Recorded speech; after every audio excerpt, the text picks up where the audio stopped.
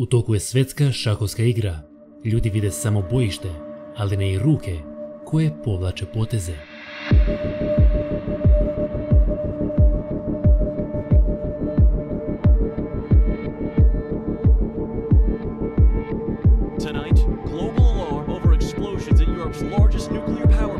Posljednjih nedelja ili meseci, što se tiče rata u Ukrajini, u žiži javnosti je najviše nuklearna elektrana Zaporožje. Ona predstavlja najveću nuklearnu elektranu na tlu Evrope. Već nekoliko nedelja abnormalni broj vesti oko ove nuklearne elektrane smo mogli čitati. Članci su uglavnom pisali o mogućoj nuklearnoj katastrofi, goroj od one u Černobilju. Govorilo se da bi eksplozija kod ove nuklearne elektrane bila 20 puta veća od one u Černobilju. Čovjek onda da se zapita kako je moguće se ovo dešava u 21. veku. Već proteklih nekoliko nedelja dolazi do opasnih ratnih igara oko nuklearne elektrane Zaporožje. Ukrajinske i ruske strane optužuju jedna drugu da vrše različite raketne napade i da to dovodi do velikih rizika oko mogućeg curenja radijacije. A naše mišljenje oko ovog rata i dešavanja dobijamo od medija koji su sve samo ne objektivni i to stvara veliki problem. Deluje da su još u martu ruske snage posebno taktički se fokusirale na Zaporožje jer ono stvara oko 20% električne energije za celu Ukrajinu. Od tada zapadni mediji zemlje žestoko su osuđivale ovo. Čak mi je delovalo da im je više stalo do ove nuklearne elektrane nego do recimo Mariupolja. Da li je to do zabrinutosti oko moguće nuklearne katastrofe ili je u pozadini nešto drugo? Nešto što današnji novinari ili nisu u stanju da istraže ili ne smeju. Sada, u posljednje vreme pljušte optužbe. Ukrajinska strana optužuje Rusiju da je oko nuklearne elektrane Zaporožje napravila neku vrstu baze i da odatle napada okolna mesta. To je taktički uradila kako oni tvrde jer znaju da ih niko neće napasti kako ne bi rizikovao moguću nuklearnu katastrofu. Dok Rusija kaže da su to gluposti, da nema veze sa vezom, da oni ne bi sami sebe napadali. I oni tvrde da ukrajinske snage napadaju ovu nuklearnu elektranu kako bi upravo njih ocrnili. Mene više bilo dosta da ovo slušam i da mi mediji oblikuju mišljenje o svemu ovome, te sam rešio da za vas istražim da li postoji još neka dubinska povezanost iza svega ovoga. Da li postoji slagalica koja nedostaje? Kao i to, da li je Zaporožje zaista kao mogući novi Černobilj? Kako je to uopšte nuklearna elektrana? Nisam morao pretjerano istražiti i naišao sam na neverovatne informacije koje se tiču upravo samog Zaporožja i to pre samog rata. Slede objektivne informacije kao što ste navikli, toliko sam ih pronašao da će definitivno morati biti dva dela. U prvom delu diskutujemo o Zaporožju i mogućim pozadinskim informacijama koje se kriju iza celog ovog konflikta, a onda ćemo se na kraju pitati da li se Europa preračunala i da li gubi ovaj rat.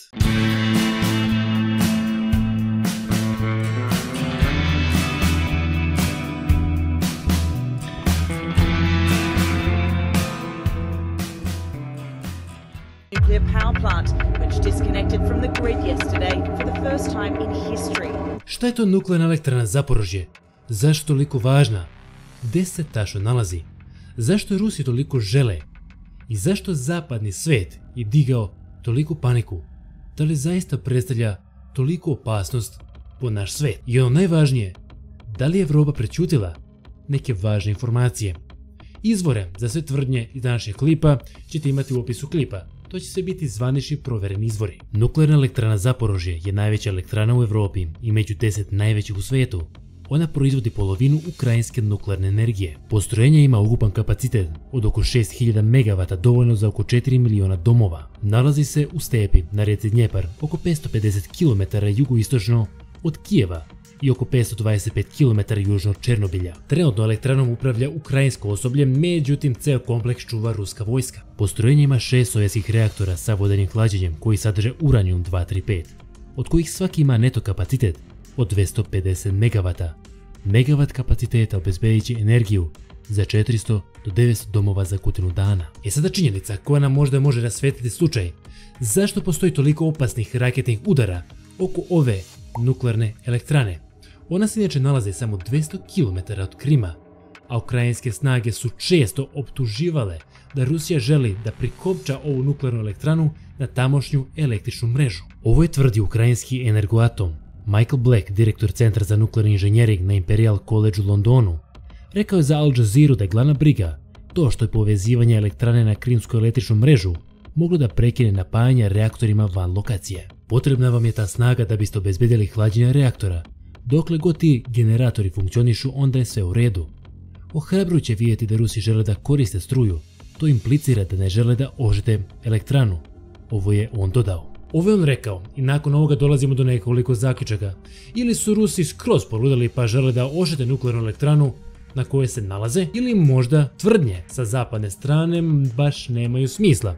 Ili možda zaista oni koriste nuklearnu elektranu kao bazu i na taj način se čuvaju od ukrajinskih napada. Ili ipak Ukrajina želi da zaustavi pripajanje električne mreže ka Krimu, stoga napada oko ove nuklearne elektrane kako bi optužili Rusiju za ove napade i kako bi napravili pravu demilitarizovanu zonu. Na ovaj način Rusiju mogu da optuže kako želi da napravi svjetsku katastrofu i kako ne mogu da održavaju nuklearnu elektranu.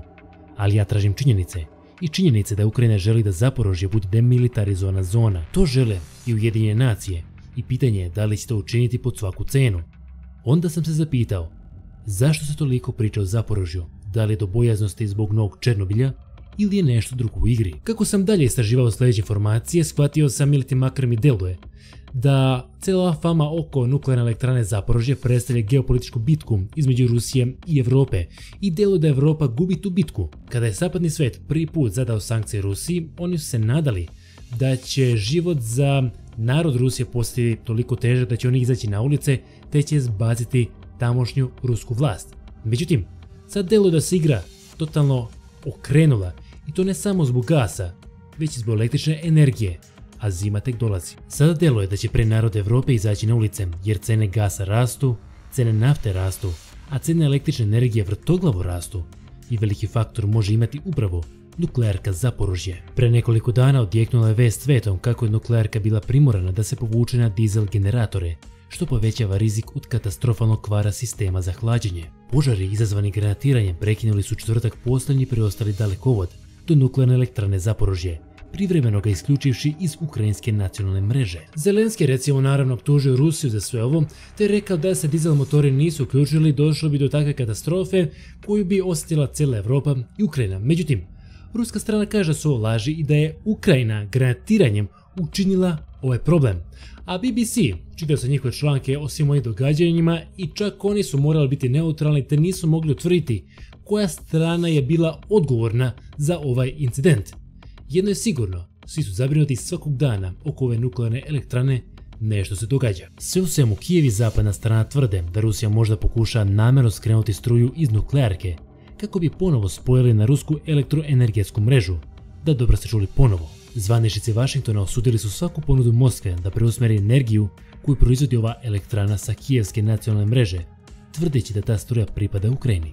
Sada dolazimo do dva scenarija. Ili je cijela Evropa zabrinuta oko ruske kontrole ove nuklearke zbog bojaznosti od nuklearne katastrofe, jer kako tvrde, kada bi Rusi totalno isključili električne priključke fabrike, došlo bi do rizika od kvara. Jedan izvor bi samo hladio reaktor, jer ne može se tek tako isključiti s jednog sistema na drugi. Ili dolazimo do drugog scenarija, o kojima se uopšte ne priča. Šta vam kažem da Evropa imala velike planove oko nuklearke Zaporožje, i to ne samo oko te nuklearke, već oko uopšteno nuklearne energije Ukrajine, i to upravo zbog nadolazeće električne krize koja je započeta i pre ovog rata. Šta vam kažem da se iza ovoga krije velika politička borba? Šta mislite zašto Rusija i Zapad toliko žele ovu nuklearku? Dok su mi izgubljeni teorijama da li Rusi namjerno ruše dalekovode kako i preusmerili električnu mrežu, ili teorijama kako to čine Ukrajinci, rizikujući ozbiljnu štetu, zaboravljamo šta se dešavalo ne tako davno. Rusija nije slučajno ciljala nuklearke i delo da nekako čeka zimu, jer ovo će biti najhladnija zima do sada, pogotovo po Evropu. Kada je izašla vest da je Zaporožje isključeno sa ukrajinske mreže, naslovi su bili kako će ovo povećati pritisak na cene energije širom Evrope. Nekako se steka utisak da je veći fokus bio na cenu energije nego na moguću katastrofu. Čim se digne tolika fama u medijima oko nečega, da pomislim da li postoji neka druga strana priče, te sam pomislio da li je Evropa zaista zabrinuta za katastrofu ili nešto drugo. Ne samo da je Evropa pre invazije Rusije na Ukrajinu, da kažemo, čačkala oko Zaporožja, već je planirala da integriše ovu električnu mrežu sa evropskom Na taj način je dobila potencijal da iskoristi ukrajinsku električnu energiju kako bi snizila cene usled moguće električne krize. Vesti pre nekih godinu dana. Energetska kriza trese svet. Govorilo se čak i o nestašici. Također vesti pre godinu dana. Testovi u Zaporoškoj nuklearnoj elektrani pripremaju Ukrajinu za integraciju u evropsku mrežu. Ukrajinsko nuklearno preduzeće Energoatom zajedno sa Ukrenergom je 8. 9. maja sprovelo testove na bloku 1 Zaporoške elektrane, kako bi potvrdilo usaglašenost sa zahtjevima kodeksa prenosnog sistema, kako bi dobili sertifikat koji će Energoatomu dati pravo da dovede energetski blok u tržište pomoćnih usluga. A sada vest iz 28. juna 2021. godine. SAD pomaže optimizaciji ukrajinskog nuklearnog reaktora. Očekuje se će blok 2 u Zaporoškoj nuklearnoj elektrani značajno povećati godišnju proizvodnju električne energije u Ukrajini, zahvaljujući međunarodnom projektu koji podržava vlada SAD-a. Znači, oni su planirali da pomognu Ukrajini da pravi više električne energije. Da li je to zbog toga što su renovirali staru sovjetsku tehnologiju ili zbog toga što je Evropi bila potrebna pomoć, a Ukrajina je bila savršena za to. Savršen izbor različitih jeftinih derivata, nešto što Evropa obožava vekovima. Članak sajta politico.eu nam daje lep odgovor u članku u kojem piše: ukrajinski ministar energetike German Galuščenko ima problem. Njegova vlada ga je zadužila da ubedi EU da je nuklearna flota zemlje dovoljno bezbedna da izvozi ogromne količine električne energije sa nultom emisijom u blok, u pokušaju da pomogne da se popuni iscrpljena kasa Kijeva i obori europske cene električne energije koje suze oči. Ali ruska okupacija nekoliko ukrajinskih nuklearnih lokacija od invazije, zajedno sa veoma javnim prepirkama ministra oko bezbednosti sa Međunarodnom agencijom za atomsku energiju, izazvala je strah u Europi u vezi sa bezbednošću. Galuščenko teo da napravi dogovor sa Evropom. On je to opisivao kao brza odobrenje za povećanje trgovine električnom energijom sa Ukrajinom i uštedu 6 milijardi kubnih metara gasa, koji neće morati da se spale za struju. Ovo se smatralo i kao potencijal da Evropa uštedi dovoljno gasa kako bi preživjeli zimu. Ukrajina uopšte nije trebala da se poveže sa električnom mrežom sve do 2023. godine, ali nakon ruske invazije oni su se odmah isključili sa sovjetske mreže koja je povezivala Rusiju i Belorusiju. Da li nam ovo rasvetljava slučaj zašto je podignuta tolika uzbuna oko Zaporožja i zašto dolazi do napada na istu? Ukrajinske konstantne proklamacije i upozorenja da će doći do nuklearne katastrofe ukoliko Rusija nastavi kontrolisati elektranu ili su uplašile Evropu ili Evropa svim silama želi da stvori demilitarizovanu zonu oko elektrane, iskoristi. Još jedna vest iz prošle godine. Američki dostavljač nuklearnih reaktora Westinghouse Electric je bio potpisao ugovor sa Energoatomom za izgradnju 5 reaktora na 4 odvojene lokacije u Ukrajini. Zar ovo nije licemerno i bizarno? Dok su brojne evropske zemlje planirale da napuste nuklearnu energiju, ovo su pravili u Ukrajini. Da li je sve ovo slučajno što se dešava oko Zaporožja? Da li je ovo stvarni razlog zašto je to sada toliki skandal i zašto su sve oči uprte upravo u ovu nuklearku?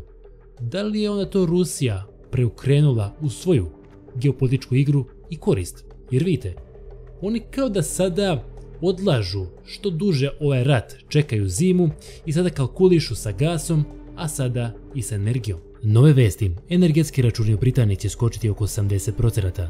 U Njemačkoj cena razbija sve rekorde. Da li ova izjava objašnjava situaciju u Zaporožju? Sjedinjene države i Ujedinjene nacije poručile su Moskvi da prestane držati najveći nuklearni reaktor u Evropi kao taoca. Da li Rusija upravo drži Zaporožje zbog svih ovih informacija koje ste trenutno čuli? Informacija koje ne idu u prilog Evropi. Stoga zato dolazi do različitih udara oko elektrane kako bi se stvorio neki dogovor. Ja stvarno da nikada nisam birao strane, ali kada vidim licemerstvo i nepravdu, moram nešto da kažem. Jer ovdje će biti najveća nepravda prema nama. Vi ćete da plaćate i vi ćete da osjetite ovu krizu. Da se neko malo manje slikao za magazine, možda bi unapred došlo do dogovora pre svog ovog krvoprolića. U početku svi su smatrali da se Rusija možda prevarila, te da bi mogla da završi kao u Afganistanu, uništavajući svoju ekonomiju i tako uništavajući zemlju. Međutim, sada deluje, hteo to neko da prihvati ili ne, da je situacija totalno obrnuta. Da li znate kako je Forbes opisao ekonomiju Evrope? Opisao je kao ekonomiju trećeg sveta u zapadu. Da li Evropa gubi ovaj rat? To će biti tema nastavka ovog klipa, ali pre nego što završimo ovaj deo da istražimo koje su razlike između Zaporožja i Černobilja i zašto Zaporožje ne može tek tako da završi kao sam Černobilj. Naravno, od uvijek postoji rizik od nečega jer nijedna nuklearka se nije našla u ratnoj zoni, ali kao što sam rekao, nakon svih ovih informacija deluje da se Zaporožje upravo koristi u geopolitičke svrhe i to Rusima najviše ide u korist. Za razliku od Černobilja, 6 reaktora u Zaporožju su reaktori sa vodom pod pritiskom koji su izgrađeni ranih 80. godina prošlog veka. Imaju zaštitne strukture oko reaktora da spreče bilo kakvo oslobađanje radijacije. Černobilj recimo nije imao tu izolaciju. Evo recimo i primjera, za razliku od one oštećene nuklearke u Fukushimi, Japanu, ovi famozni VVR reaktori imaju odvojena vodena kola za hlađenje reaktora kao i za proizvodnju pare. Također imaju sisteme za hlađenje jezgra u slučaju nužde i sisteme za višestruko ubrizgavanje kako bi sprečili topljenje jezgra. Reaktori su zaštićeni debelim metalnim i cementnim omotačima. Šef ukrajinskog nuklearnog operatera rekao je da su dizajnirani da izdrže pad aviona. Eksperti dalje tvrde da su ovakve nuklearne elektrane opremljene posebnim sistemima koji zatvaraju reaktore kada osjete vibracije, taže kada osjete da će doći do nekih napada. Čak i da su ovi sistemi oštećeni, otapanje bi verovatno bilo obuzdano unutar objekta. Ako štap nuklearnog goriva nije pravilno ohlađen i izložen vazduhu, onda se može brzo zagrati, početi da se topi i oslobađa radioaktivne gasove, što je fenomen poznat kao topljenje. Sve dok postoji struja i ti dizel generatori koji održavaju da se ti famozni gorivni štapovi drže hladnima, neće doći do kolapsa kakav je došao 2011. godine u Fukushimi, kada je nuklearka ostala duže vreme bez struje. Opet čak i tada dostupno je više rezervnih sistema za hlađenje i operateri su obučeni da mogu da izdrže vjerodostojne situacije koje bi se mogle dogoditi u bilo kojoj nenormalnoj situaciji. Eksperti se plaše najviše isključivanja struje u aktivnim nuklearnim reaktorima i uništavanju rezervnih dizel generatora, zbog kojeg bi se operateri elektrane borili da održe gorivne šipke ohlađenim. Napad bi mogao isprazniti rashladnu tečnost i uzrokovati topljenje goriva, oslobađajući velike količine radioaktivnosti, ali kao što vidite, to nije toliko jednostavno. Sada ste saznali glavnu razliku između nuklearke u Černobilju i nuklearke u Zaporožju, a sada ona glavna teorija koju se najavljivao tokom klipa. Kad se ovo počelo dešavati, prvo se pomišljao šta ko Ukrajinci rade, granatiraju oko nuklearke kako bi je naravno vratili pod svojom kontrolom i kako bi zaustavili Ruse da je ne skinu sa njihove mreže. A onda sam pomislio nakon svih ovih informacija šta ko to Rusi namjerno rade kako bi pomrsili konce Evropi, igraju veliku geopolitičku igru jer zima dolazi. Čuo sam zanimljivu teoriju šta ko Rusi sami učine kako bi imali razlog da nuklearku isključe sa ukrajinske mreže i kako bi dalje diktirali cenu energenata. Jer zima za Ukrajinu bi bila onda još strašnija, zbog čega bi naraslo nezadovoljstvo naroda nad ukrajinskim vlastima. Neka vrsta obrnutih sankcija. Ukoliko zimi borbe budu još žustrije, onda ova teorija ima smisla. Šta vi kažete? Sada se steče utisak da se situacija preokrenula i da je Evropa nadigrana i ukoliko ne napravi neki novi efikasni potez na šahovskoj tabli, posljedice mogu biti još veće. Hvala svima što su zvali vreme za video. Da li želite nastavak ove priče, ostavite like kako bi to znao. Također, ukoliko vam se sviđa moj rad, možete se subscribe-ovati i uključiti ovo famozno zvonce kako ne biste propustili nijedan naredni video. Hajde konačno pređemo tih 500.000 pratilaca. Nadam se da volite kada ovako sa vremena na vreme diskutujem o najaktualnijim temama i to objektivno. Posjetite portal idiokrati.com i zaprate putem društvenih mreža, sve linkove informacije možete pronaći upravo u opisu klipa. Do sljedećeg viđenja, pozdrav!